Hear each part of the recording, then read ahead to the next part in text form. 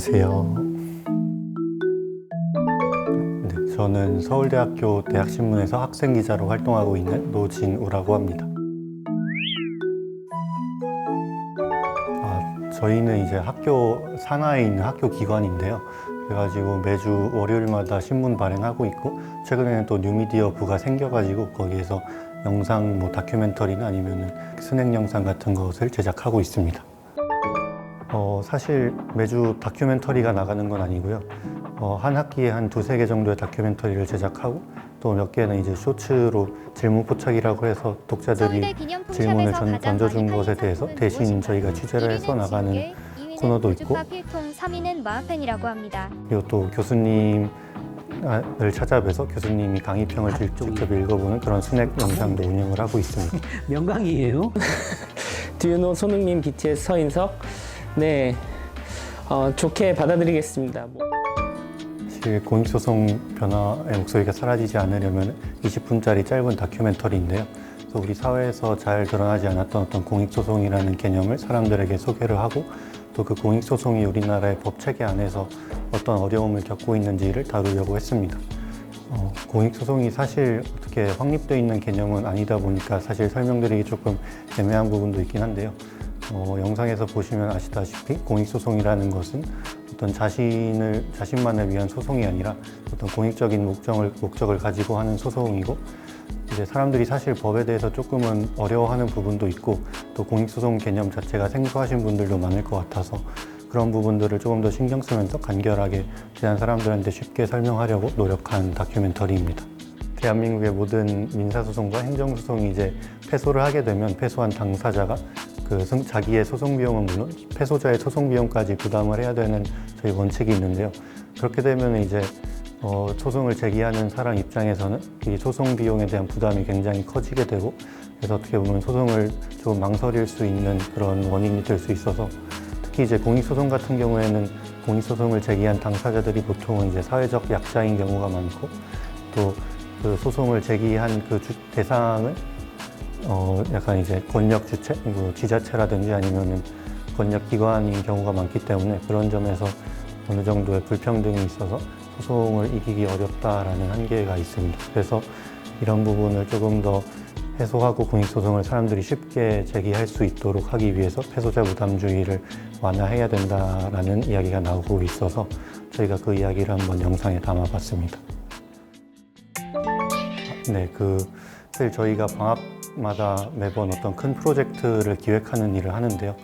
거기서 저희의 팀에 같이 있는 팀원이 그 국회 토론회 자료집을 가지고 와서 이거를 하면 어떻겠냐라고 제시를 했고, 그래서 저희가 그 관련된 자료를 찾아보고 또 그 토론회 영상이 있더라고요. 그래서 그런 것들을 보면서 이건 한번 다뤄볼 만한 주제다라고 생각을 해서 다루게 됐습니다.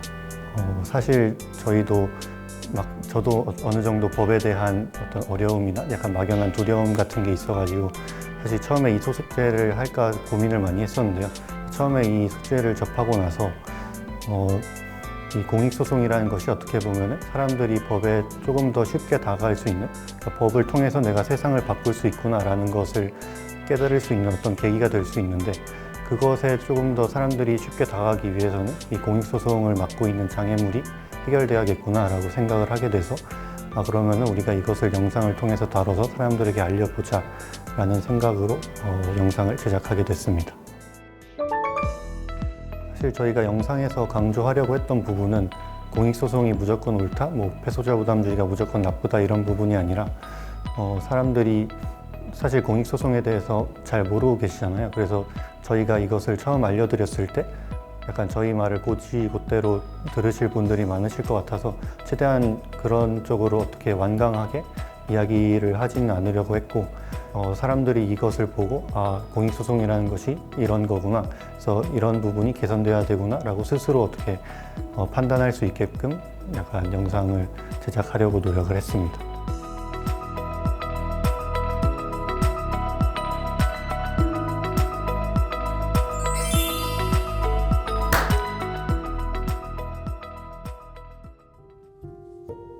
영호는 어느 날 깨닫습니다.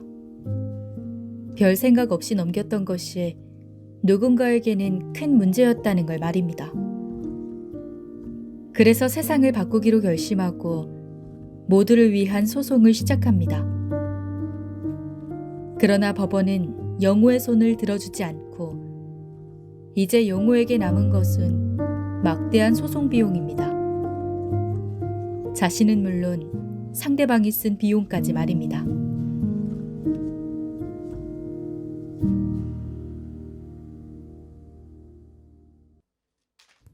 영호는 왜 상대방의 소송 비용을 부담해야 할까요? 그 이유는 대한민국의 모든 민사소송과 행정소송이 패소자 부담주의를 따르기 때문입니다. 소송에서 이제 소요되는 이런 비용들을 누가 부담할 거냐라고 하는 문제들이 있고, 여기에 대해서 대표적으로는 각자 비용 부담주의가 있고 패소자 비용 부담주의가 있는 거예요. 소송을 제기한 사람이나 당한 사람이나 이 절차 안에서는 이 발생한 비용들, 소요되는 비용들은 각자 부담하자라고 하는 게 각자 비용 부담주의인 거고, 소송이라는 건 어떤 권리 구제 수단으로서 하나 절차를 이용하는 건데, 최종적으로 이 권리를 이제 구제받은 사람, 이긴 사람에 대한 실질적인 권리 보장을 위해서는 이 발생한 비용에 대한 것도 다 보전이 돼야 되는 필요가 있지 않을까라는 차원에서 패소한 사람은 이 관련된 비용을 다 부담할 수 있도록 하자라는 게 패소자 비용 부담주의인 거죠. 이처럼 패소자 부담주의는 승소자의 실질적인 권리 보장을 위해 소송 비용을 보전해주는 제도인데요. 그렇다면 소송 비용은 어떻게 구성되어 있을까요? 소송 비용은 크게 재판 비용과 당사자 비용으로 나뉩니다. 재판 비용은 국고에 납입하는 비용으로 인지대, 송달료 등이 해당합니다. 당사자 비용은 소송 당사자들이 소송을 진행하기 위해 개별적으로 지불한 비용으로 대표적으로 변호사 보수가 여기에 해당합니다. 이런 소송 비용은 법령이 정한 범위 내에서 보전받을 수 있습니다. 인지대는 대법원 규칙에 정해진 소송가액에 따라, 송달료는 재판의 종류와 당사자 수에 따라 산정됩니다. 그리고 가장 큰 부분을 차지하는 변호사 보수는 소송가액에 따라 상한선이 정해집니다. 만약 상대방에게 5천만 원을 청구하는 민사 제1심 단독소송에서 전부 승소를 했다면 일반적으로 송달료와 인지대는 각각 15만 6천 원, 22만 9,900원을, 변호사 보수는 440만 원까지 보전받을 수 있습니다. 하지만 반대로 패소자는 본인의 소송 비용은 물론 상대방의 소송 비용까지 부담해야 하는 것인데요. 이는 오히려 사람들이 재판에 손쉽게 다가서지 못하는 제약이 되기도 합니다. 그리고 이는 모두를 위한 소송, 이른바 공익소송에서 두드러집니다. 이제 과거 이제 사법개혁위원회에서 공익소송에 대해서 좀 이제 이야기를 했어요. 그러니까 제가 한번 읽어보면, 약자 및 소수자의 권익보호, 국가 권력으로부터 침해된 시민의 권리 구제 등을 통해서 불합리한 사회제도를 개선하고 권력의 남용을 억제하는 데 도움이 되는 소송으로 설명한 바 있는데, 이제 이게 이제 한 2005년도니까 꽤 오래됐죠. 거의 20년 가까이 이렇게 됐는데, 이 소송이 그냥 한 사람의 권리 구제로 끝일 것이냐, 아니면 이 소송이 이 사람을 뛰어넘어서 우리 사회 구성원들에게 어떤 영향을 끼칠 수 있느냐에 따라서 저는 공익소송 여부를 결정을 해요. 그렇다면 공익소송을 제기한 사람에게 패소자 부담주의는 어떻게 다가올까요? 기자들은 지하철 단차 문제와 관련해 2019년 서울교통공사를 상대로 공익소송을 제기한 전윤선 씨를 만날 수 있었습니다. 전동차와 승강장 사이의 단차 문제 때문에 위험한 일을 많이 겪었거든요. 저는 이제 휠체어를 사용하다 보니까는 단차가 높거나 넓으면은 휠체어 앞바퀴가 빠져요. 그래서 굉장히 위험한 상황이 처해지거든요. 그래서 이런 일들을 자주 겪다 보니까는 이 지하철을 타는 게 맞나? 이런 생각도 들고요. 그리고 지하철을 탈 때마다 오늘은 내가 살아서 집에 돌아갈 수 있을까? 하는 생각도 하거든요. 그래서 이런 부분이 휠체어를 사용하시는 많은 분들의 안전을 위협하고요. 그래서 운영하는 주체에서 시민의 안전을 기본적으로 담보해야 된다고 생각해서 진행하게 됐습니다. 모두가 안전하게 이동할 권리를 위한 소송이었지만 1심과 2심 모두 윤선 씨의 패소였습니다. 이 현상 자체는 차별이 맞지만 사실은 상대방인 서울교통공사가 얘기한 이야기들을 들어보면 이 안전설비를 제대로 하지 못한 데에 있어서는 나름의 좀 정당한 사유가 있는 것 같다. 그래서 최종적으로는 뭔가 이들에게 지금의 이 차별을 시정하기 위한 어떤 적극적 조치를 해라라는 명령까지는 나가지 않은 거예요. 주관적인 사정에 따라서 그래 너네는 사정이 있었구나 오케이라고 하면 이게 과연 현실에서 벌어지고 있는 다양한 차별 사례에 대한 구제 조치로서 나아갈 수 있느냐. 결국 차별은 맞지만 그 차별을 바로잡을 수는 없다는 답을 들은 겁니다. 그러나 패소의 아픔이 가시기도 전 그녀에게 돌아온 것은 상대방의 소송 비용까지 부담하라는 청구서였습니다. 소송 비용 내라고 왔을 때 저 정말 너무 당황했거든요. 형편이 좋은 사람도 있겠지만 저희처럼 뭐 형편이 그렇게 썩 좋지 않은 사람들도 있을 거고 소송비 내려고 하면은 몇 달은 굶어야죠. 전문가들은 공익소송을 제기하는 사람들에게 패소자 부담주의가 더욱 큰 장애물이 될 수 있다고 이야기합니다. 보통은 공익성이 있는 이런 공익소송의 당사자들의 지위 자체가 사회 경제적인 어떤 취약성을 갖고 있는 약자인 경우가 굉장히 많은 것 같아요. 그러니까 사실은 이런 연장선에서 공익성이 있는 공익을 목적으로 한 공익소송의 당사자들의 어떤 권리라는 것은 미처 그 당사자 외의 주변인들 혹은 사회 권력 기관들에서는 보호해야 하는, 보장해야 하는 권리로서 인식조차 하지 못해서 사각지대로 방치되어 있던 사안들이 굉장히 많아요. 그러다 보니까 소송상 다퉈진 선례도 없고 이 권리에 대한 이해도 많이 부족한 거죠. 그래요. 이제 소송 주체는 이제 보면은 일반적으로 이제 약자와 강자의 이런 구도인 것 같아요. 이제 우리가 이제 권력을 이제 국가 권력일 수도 있고 지방자치단체의 권력일 수도 있고 이런 공권력일 수도 있고 소송 과정에서는 아무래도 이제 사회적 약자가 이제 사회적 권력을 가지고 있는 어떤 상대방을 상대로 이제 제기하다 보니까 아무래도 이제 어떤 증거 수집이라든가 이런 측면에서도 좀 현저하게 좀 능력 차이가 있을 것 같고, 그리고 어떻게 보면 단적으로는 이제 패소의 확률이 좀 확률적으로는 좀 굉장히 높다. 이런 특성이 있겠죠. 우리에게 잘 알려진 신안 염전노예 사건의 피해자들도 소송 비용에 대한 부담으로 항소를 포기해야 했습니다. 당시 피해자들은 국가와 신안군, 완도군을 상대로 배상 청구뿐만 아니라 재발 방지 대책 마련을 위한 공익 소송을 진행하고자 했었는데요.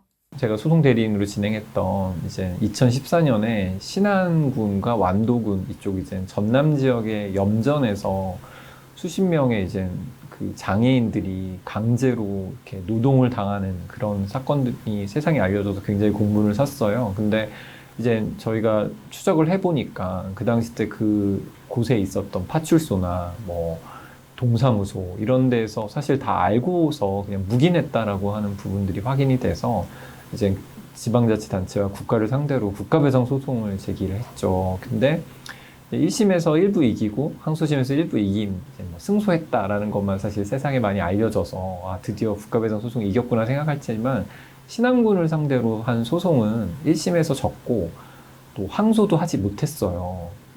8명의 장애인들이 소송을 제기했어요. 그 중에 1명만 이기고 나머지 7명은 졌어요.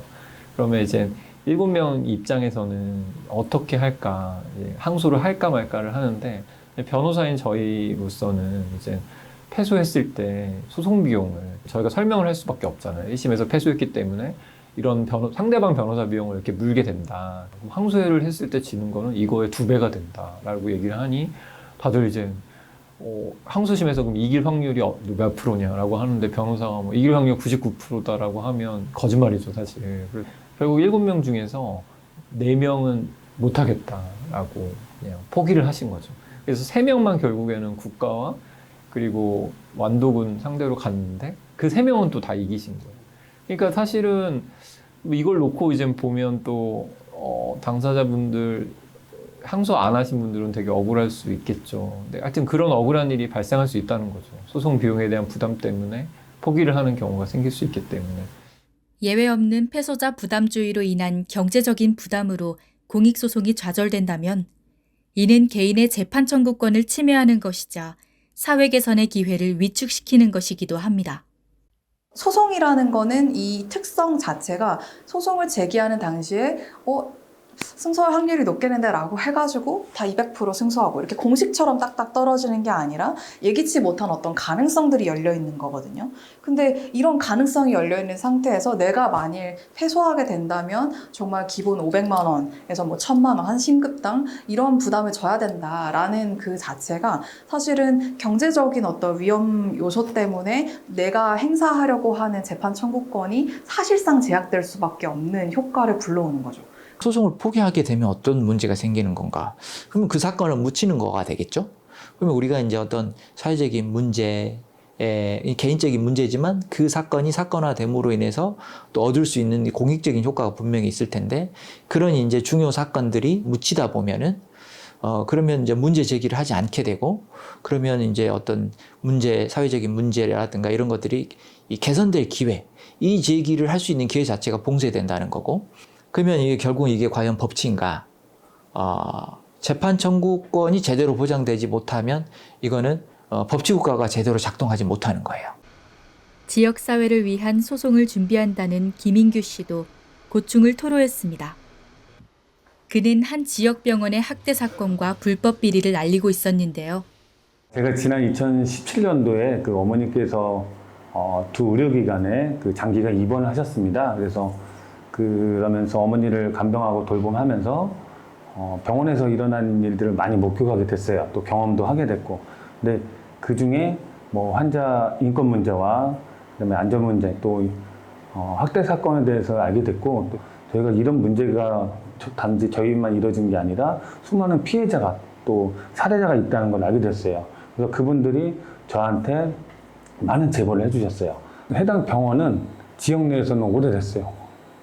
그리고 워낙 유명해요. 그래서 그동안 사람들이 이렇게 당해왔구나. 또 앞으로도 누구나 당할 수 있겠구나. 그러다 보니까 이게 단순히 그 병원 문제뿐만 아니라 뭐 의료법 위반, 노인 학대 사건, 그다음에 정부 부정수급 그 외에도 많은 불법 비리가 있다는 걸 알게 돼서 저는 지금 해당 그 비리 행위자 또는 의료기관 그다음에 이 관할 방임했던 책무유기한 그 지자체를 상대로 공익소송을 지금 준비 중입니다. 하지만 그는 선뜻 소송을 제기할 수 없었는데요. 바로 소송 비용 때문입니다. 처음에는 아까 말씀드린 것처럼 혼자서 소송을 하려고 했죠. 그런데 시민들이나 많은 제보자들이 혼자서 절대 하지 마라. 이미 기간 내에는 유착경계로 절대 도움을 주거나 유리하게 할 수는 없을 것이다. 변호인이 필요하다는 생각이 들었어요. 그런데 제가 이제 여러 법률이나 이렇게 문의했을 때 그 해당 사건을 그 공익소송했을 때 비용을 여쭤봤더니 한 1,500만 원을 얘기하더라고요. 당연히 상대방도 항소를 하잖아요. 그럼 그 비용은 더 늘어나는 거죠. 네네. 그리고 거기서 또 진 다으면 이게 패소자 부담주의 때문에 나는 거의 1억 가까이를 해야 하는 상황이에요. 그것 때문에 많이 고민했어요. 내가 이 비용을 지출하면서까지 공익소송을 할 수 있을까? 막상 한번 진짜 돈을 어떻게든 모아서 용기를 내서 했는데 져버리면 항소할 그 용기조차 다 꺾이는 거야. 이 부담 때문에 못한다는 게 너무 말이 안 되더라고요. 이런 문제가 지속되면서 공익소송을 패소자 부담주의에서 예외로 하기 위한 여러 차원의 방안이 제기됐는데요. 보다 강력한 효력과 포괄적인 적용 범위를 가진 법률안을 만들자는 주장이 가장 대표적입니다. 현재 21대 국회에도 2020년 양정숙 의원의 민사소송법 개정안, 2022년 박주민 의원의 민사소송법 개정안 등 관련 법률안이 여러 건 발의돼 있습니다. 실제로 제가 변호사 할 때 공익 관련된 소송을 많이 했어요. 막대한 그 소송 비용 부담 때문에 단체가 굉장히 힘들어지거나 아니면 아예 그런 부담이 힘들어서 부담을 지게 될까 봐 아예 소송을 제기하지 못하는 경우를 많이 봤거든요. 그런 부분은 좀 개선돼야 된다라고 생각을 해서 이 법을 발의하게 되었습니다. 하지만 이런 노력에도 아직 실제적인 변화의 기미는 보이지 않습니다. 공익소송을 패소자 부담주의의 예외로 하자는 주장에 우려의 시선이 존재하기 때문인데요. 법무부에서는 앞서 발의된 양정숙 의원 법률안에 대해 공익소송의 개념이 모호하며 남소에 따른 사법 절차 지연이 우려되고 승소자의 재산권을 침해해 형평에 반할 수 있다는 검토 의견을 발표했습니다. 사실 이제 이 법률 영역에서 모호한 개념인데 중요한 개념은 굉장히 많아요. 그래서 이런 중요한 개념들은 본질적으로 추상적으로 법률에 규정될 수밖에 없는 속성이 있고 이것들이 그 시대와 사회 상황에 맞게끔 조금씩 그때 당시에 건전한 상식을 가진 판사가 하나씩 판단을 해가면서 정립돼 가는 거예요. 그래서 그것이 하나의 판결례들이 모이면 판례가 되는 거고, 그래서 하나의 흐름이 되는 거고, 그래서 이제 기준이 되는 거고, 그래서 이제 누구나 이제 받아들이는 거고, 저는 그게 그렇게 어렵지 않다고 봐요. 우리나라에서 이미 남소가 뭐냐라고 했을 때 남소를 판단하는 기준들이 있는데 사실 그 판단 기준을 보면 공익소송과 남소는 이렇게 양립할 수는 없어요. 어떤 악의적인 목적에 누군가를 괴롭히기 위한 목적의 반복적인 소송이다라고 한다면 이러한 조건 자체가 남소의 기준에 부합하게 됨으로써 남소로서 각하가 될 수 있는 거고 이거는 그렇게 되면서 그냥 공익소송이라고 할 수 없는 거거든요. 모든 건 다 가치가 충돌해요. 재판 청구권이 헌법성 재판 청구권과 헌법성 재산권. 재산권도 제한될 수 있고 재판 청구권도 제한될 수 있잖아요. 지금은 재판 청구권에 대해서 축소된 거잖아요. 그래서 이게 뭐 재산권을 아예 보장해주지 말자는 건 아니고, 그러니까 재산권에 대해서 재산권을 조금 갉아먹더라도 재판 청구권을 더 두텁게 보장해야 되는 거 아니냐라는 거거든요. 그러니까 아직은 낯설게만 느껴지는 공익소송. 하지만 우리 사회에 필요한 이유는 분명합니다. 사실 우리나라에서 어떤 여러 가지 문제 하기가 되게 쉽지가 않아요. 그리고 소송을 통해서 문제 제기를 할 수밖에 없는 거고, 그리고 이 소송이 한 당사자의 권리구제뿐만이 아니라 우리 사회의 여러 제도를 바꾸는 데 있어서 굉장히 좋은 영향력을 행사할 수 있기 때문에 사실 공익소송을 하는 거거든요. 긍정적인 결과는 이 소송으로 인해서 이제 많은 분들이 이거 정말 위험하구나, 바꿔야 되겠구나 하는 이제 뭐 여론이 형성됐다고 할까요? 그 서울교통공사 측이 이제 뭐 본인들이 이겼다고 하더라도 시민들이 자꾸 거기에서 사고가 발생하고 하니까는 이제 이걸 어떻게 그 사고 발생하는 거를 좀 줄일까 고민을 하고 있는 것 같아요. 이것도 권리야? 이런 게 필요해? 라고 미처 사회 다수가 어찌 보면 사회 다수가 좀 제대로 인식하지 못하고 좀 제대로 보장받지 못했던 그런 부분들에 대해서 소송적인 어떤 수단, 방법을 통해서 알리고 개선으로까지 나아가는 것이기 때문에 어찌 보면 우리 사회의 변화를 열망하는 목소리라고 할 수 있는 것 같아요. 그런데 그 변화를 열망하는 목소리가 지금도 과도한 소송 비용에 가로막혀 사라지고 있습니다. 만약에 공익소송을 해서 지금처럼 이제 뭐 이렇게 소송 비용을 계속 물게 되면은 저처럼 안 하는 사람 많을 거예요. 무서워서. 근데 이런 것들이 없어지면은 누구나 쉽게 법에 가까이 갈 수 있지 않을까 싶어요. 공익소송을 했음에도 상대방 변호비까지 냈다는 거는 너무 불합리하고 그게 겪다 보니까 아무도 안 할 것 같더라고요. 네. 그래서 저희는 그런 얘기를 해요. 공익소송 하지 마세요. 사실 이게 정확한 숨은 뜻은 하고 싶어야죠. 공익소송이 만드는 변화는 당장은 사소할지 모릅니다. 하지만 시간이 지나 공감하는 사람들이 모이면 그 힘은 점점 커질 것입니다. 그리고 우리 사회는 더 나은 방향으로 나아가게 되겠죠. 소송 비용 걱정 없는 공익소송은 그 모든 것의 출발점입니다.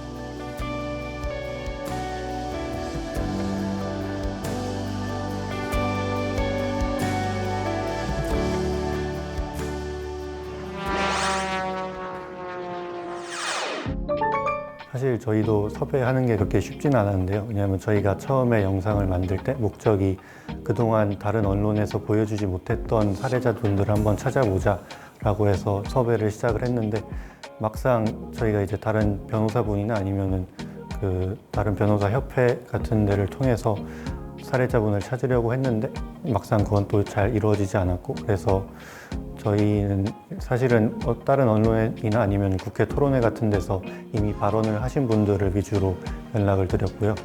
사실 저희가 최대한 많은 분들을 어떻게 보면 섭외하려고 했던 이유가 최대한 다양한 사례를 보여드리면서 아, 이런 것이 공익소송이구나라고 스스로 느끼셨으면 좋을 것 같아서, 그래서 최대한 많은 분들을 섭외를 하려고 했고, 다행히도 이제 그 섭외에 응해주신 분들이 또 학생들이 이런 주제에 대해서 영상을 만들려고 하는구나를 조금 좋게 봐주셔가지고, 그래서 그래도 순조롭게 섭외를 진행할 수 있었던 것 같습니다.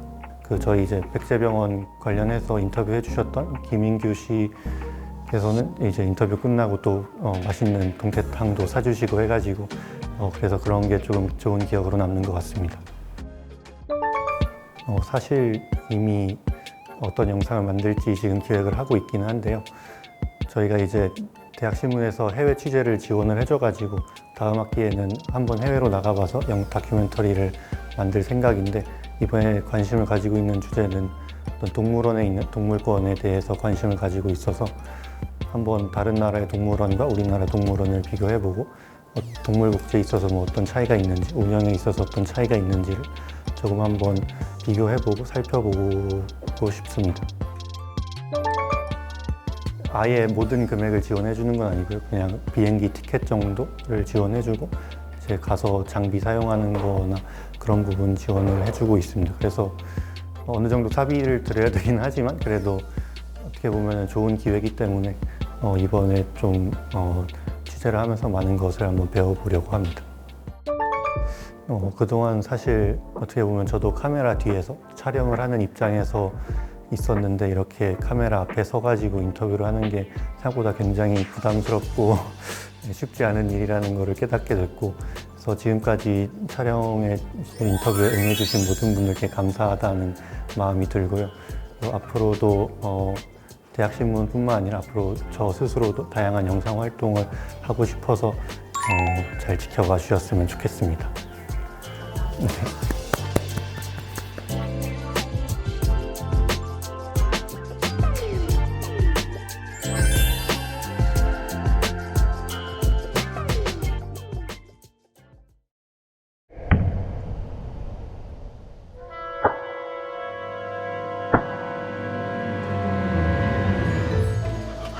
너 혼자만 떨어뜨린 거야 지금? 야, 너 미쳤어? 떨어뜨렸다고 하면 어떡해? 바닥에 붙었다고 해야지. 아, 맞다. 너 어제 선배한테 학교 귀신 얘기 들었니? 아 진짜 또 안 들려. 하지 마. 수능에 한이 맺힌 귀신이 이렇게 저 벤치에 앉아서 공부한다는 거야. 근데 그 귀신의 문제집을 뺏으면 수능이 대박이 난대. 야, 들었냐? 들었지?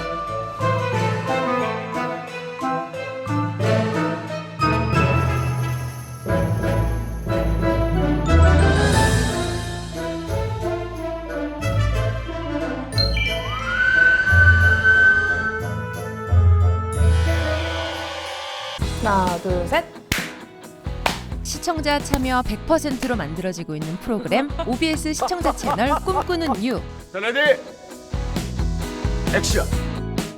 단편 영화, 다큐멘터리, 애니메이션뿐만 아니라 실험 영상, 뮤직비디오 등 시청자들이 만든 다양한 영상들. 열정과 아이디어만 있으면 누구나 감독이 될 수 있습니다.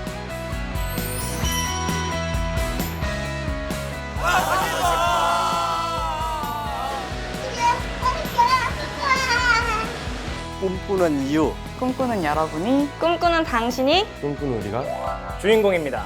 많이 지원해 주세요. 여러분의 많은 참여와 시청 바랍니다.